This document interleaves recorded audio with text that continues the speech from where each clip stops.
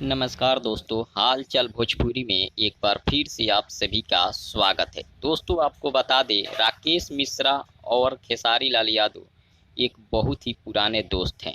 जब ये लोग स्टार नहीं थे, उस समय से इन लोगों के बीच दोस्ती चलता है और आज भी दोस्ती कायम है।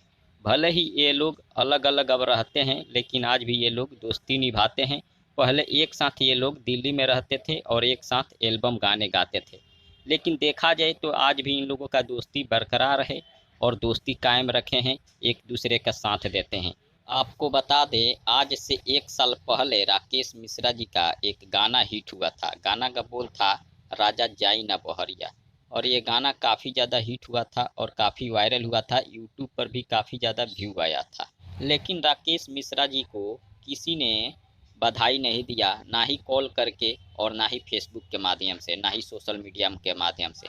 लेकिन भोजपुरी के एकलौता स्टार थे खेसारी लाल यादव, जिन्होंने राकेश मिश्रा जी को बधाई दिए कॉल करके।